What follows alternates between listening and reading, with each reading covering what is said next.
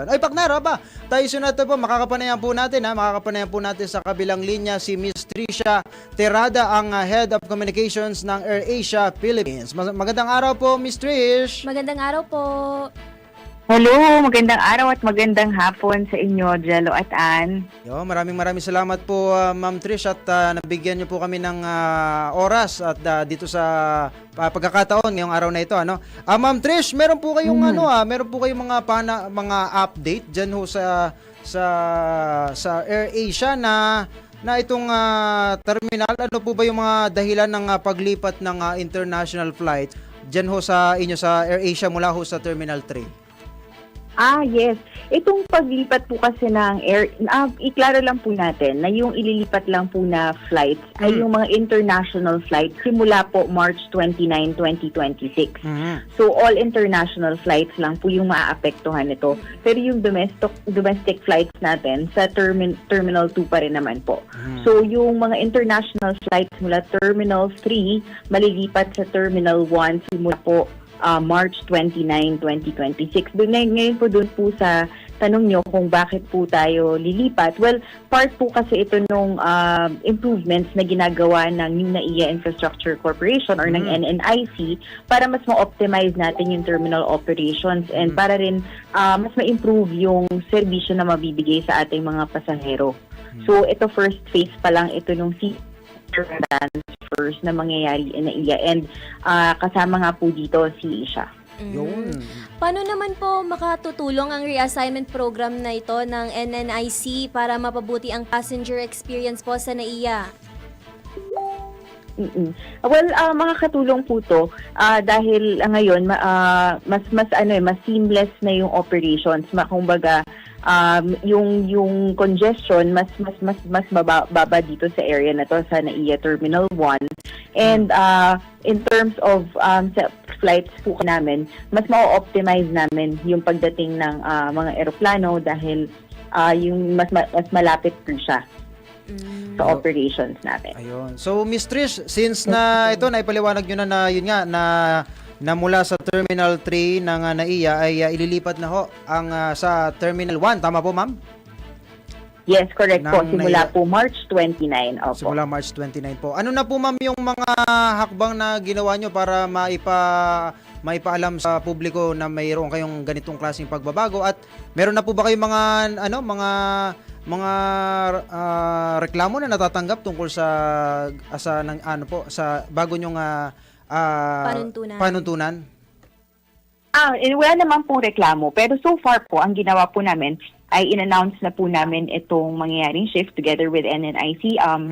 Sabay po namin ina-announce na yung mangyayaring pagbabago nga po sa international flights ng AirAsia happening on March 29. At the same time, nagkaroon na din po kami mga release sa aming social media and sa itulong ng ating mga kapartner, kagaya po ng DWIZ at ating mga iba pang media partners ay na-announce na po namin ito. And at the same time, pinapadalhan na rin po natin ng email at SMS yung ating mga passengers na maaapektuhan po nitong terminal change natin, terminal transfer. Ayun nga po, 'di ba po ililipat na po yung Terminal 3 papuntang Terminal 1 yung mga international flights. Ano-ano naman pong adjustments ang dapat asahan ng mga pasahero since na magkaroon po ng paglipat, lalo na po pagdating sa check-in, boarding at baggage claim po sa Terminal 1? Naku, thank you po sa tanong na yun para po mas makapaghanda talaga yung ating mga guests. So, ang advice po namin sa kanila, kagaya din po ng mga pinapadala namin sa SMS at sa email, ay mas maganda po sana na dumating po sila sa airport mga 3 hours before their flight. Dahil halimbawa, kung sakali lang po, merong mga maliligaw pa rin dun sa Terminal 3, at least meron pa rin silang enough leeway to go to Terminal 1. Kasi yung travel time from Terminal 3 to Terminal 1 would take around 30 to 45 minutes. Pero syempre, mas maganda na maagap tayo na ngayon pa lang, i-check na po natin yung ating mga itinerary, kung meron na po tayong na-receive ng mga updates doon sa terminal transfer, sundin po natin yung mga file po doon sa email na natatanggap natin. And at the same time, maganda po talaga mas maaga din pumunta para maiwasan din natin yung traffic and mas maaga tayo makapag-check-in and mas maaga natin magawa yung immigration procedures para hassle-free and seamless. Kung aantayin na lang natin talaga na mag-board sa aeroplano.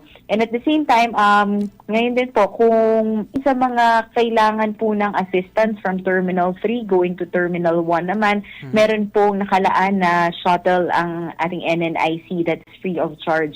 If they will need assistance from terminals, go to Terminal 1 from Terminal 3. Tapos, meron din pong mga signages naman tayong naka-ready. Dadagda rin natin ang signages naman na doon na nga po tayo sa NAIA Terminal 1 and makikita naman din po nila yung signage natin going to the check-in gates. Or if they really need further assistance, meron po tayong mga help desk doon sa NAIA Terminal 1 where they could proceed para po maidirect po sila kung saan yung ating check-in counter. Ayun, maraming salamat, ma'am. Ma'am, ito naman, sa kabilang banda naman po, malapit na po ang Holy Week. Paknaro, no? Malapit na. Oo, malapit na po. So, for sure, Mag-uuwian na rin yung mga kababayan natin sa kanilang probinsya. Syempre, yung iba dyan magbabakasyon. Opo. Ma'am, gaano ba kahanda ang AirAsia ngayon? May gaano po ba karaming passenger ang inyong inaasahan sa darating na mahal na araw? Nako, marami po tayong inaasahan na passenger. Inaasahan po natin na dadagsa po talaga at yung mga pasahero, lalo na po inaasahan natin na marami na rin mag-leave para nga po dun sa long weekends and dyan sa ating Holy Week. Ngayon po, grabe na rin po yung preparation na ginagawa natin. Tuwing meron naman po tayong mga long holidays na ganyan, we're doubling up on the preparations. Ngayon pa lang po, we're making sure that we're properly communicating, especially itong ating terminal change from Terminal 3 to Terminal 1 for all international flights lang po. So, we're making sure na bukod po sa international flights natin, sa domestic naman natin po as is naman. And we want to also remind passengers na sa ganitong season, medyo marami nga po yung tao sa airport. Kaya need natin I used to spend hours.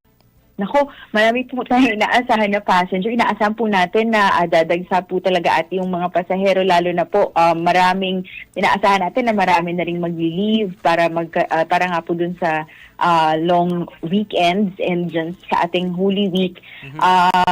Ngayon po, grabe na rin po yung preparation na ginagawa natin. Tuwing meron naman po tayong mga long holidays na ganyan, we're doubling up on the preparations. Ngayon pa lang po, we're making sure that we're properly communicating, especially itong ating terminal change from Terminal 3 to Terminal 1 for all international flights lang po.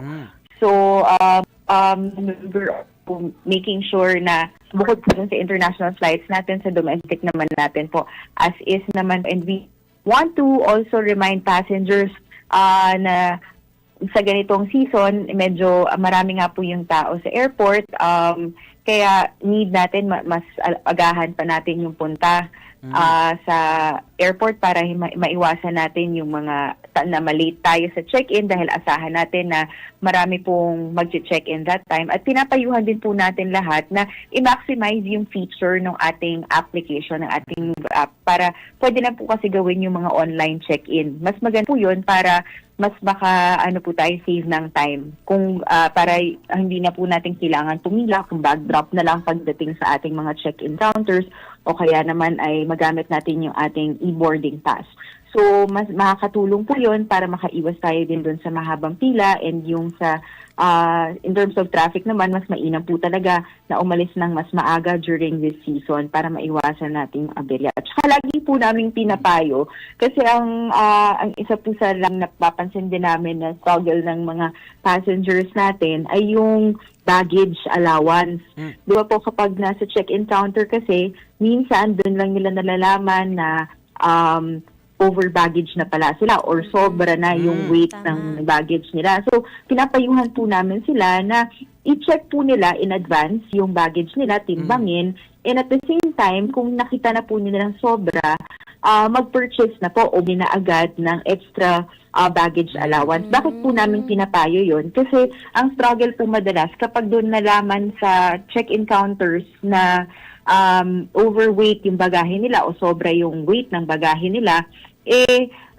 napapamahal po sila. Oo nga. Imbis na pwede naman silang bumili beforehand, na ang laki po talaga ng natitipid when you plan and purchase in advance than paying per kilo doon sa check-in counters natin. Kaya minsan, di ba, napapansin niyo, minsan iisip ng iba na, hindi, okay lang yan, baka palusutin naman. Oo. Pero, kumbaga, i-ano na natin yung sarili na natin sa hassle ng Tama. pakikipagdebate doon sa ating check-in counters by planning ahead and No. purchasing ahead na rin. Kasi mas makakamura naman po, like sa 20 kilograms na bibilhin nila online, na hindi less than 1,000 pesos pa po yun. So, kumpara naman sa per kilo na i-charge kapag nandoon na sa ating check-in. So, yun po yung ilan sa mga payo natin. And then, of course, yung mga documents, i-ready po natin beforehand. Minsan kasi ready tayo sa mga bagahe natin. Ang nakakalimutan natin yung mga important documents. Minsan, pagdating sa airport, wala Oo. pa pala, may mga cases na nakakaiwan ng passport Yun lang. or ng iba pang mga dokumento. So, yun lang po yung mga simple things po yun na minsan nane-neglect natin and mahalagang ma-remind natin yung ating mga pasahero at mga kababayan. Ayun. Miss Trish, atin-atin lang. Baka naman meron kayo dyan sale na seat sale dyan Oo sa nga, AirAsia. Miss Trish. Naku, May mga perfect promo yung ba kayo, tanong ma'am? nyo. Perfect po yung tanong nyo. Kasi kaka-launch lang po namin Uy! ng 99% off nitong Monday and ano po yan until March 1. So, po yung mga makakahabol, humabol na po kayo. Ayun. Meron pa po tayong seat sale up to 99% off sa ating 99%? mga destinations, international destinations here. Ako personally, nag-check po ako nung isang araw dahil marami nga rin nagtatanong sa akin and na-curious na ako. Yung mga ano po natin, kunyari Manila to Tokyo can go as low as 6,000 pesos round trip. Kailangan nyo lang talaga matsyempohan yung So talagang depende, pagalingan na to ng researching skills at tiyaga natin na makahanap nitong sale. Kasi makikita nyo naman po agad, pag chinek nyo po yung application, may nakalagay po doon 80% off. So that means kasama siya doon sa sa promo natin, yung sa seat sale natin na Ayun. as low as 1 peso base fare or yung na po 99% off dun sa ating na seat sale dun sa ating na current promo natin. So marami pong mura, nakakatuwa nga din po kasi nagpo-post yung iba nating mga kababayan, yung mga nakabili na. So may mga nakikita kami nakabili ng parang flight to Hong Kong for 4,000 pesos, 3,000 pesos. I think 1,700. So, yun po, pwede po nilang habulin Yun. yung seat sale happening until March 1, 2026. Ayun, maraming salamat po, Miss Trish, sa tips na yan at sa informasyon na yan. At siguro, ma'am, kontakin kita maya-maya. Para manghingi ng tips and guide. Oo. Malaking tipid na rin. Ma'am, bago tayo magtapos, huling panawagan na lang po sa ating mga kababayan na ngayon yung mga babiyahe, ngayong Holy Week, Lalo na po ngayong peak season na rin po. Oo, Miss mga Trisha. huling paalala nyo po, ma'am. Ayun po, siguro po huling paalala natin sa ating mga kababayan to always plan ahead. Dahil po ang bakasyon ay mas masaya at mas hassle-free kung we plan ahead of time and dahil po minsan sa traffic, umalis po tayo ng maaga, iwasan po natin yung pagmamadali. Iwasan po natin yung last minute na preparations at pag-alis sa bahay dahil ang Holy Week po, peak season po yan, asahan po natin na marami po tayong makakasabay, maraming tao, habaan sa unti yung pasensya at yun na po, lagi tayong maghanda, plano po natin yung mga biyahe natin para hassle-free. Ayun po, gawin din po natin magbasa ng mga policies para po maiwasan din natin yung mga aberya pagdating po natin sa airport. Like, for example, yung mga limitations, kung anong pwede at hindi pwedeng dalhin. Ayun po. Maraming Maraming salamat po. Maraming salamat, Thank Miss you Trish, sa inyong po. oras.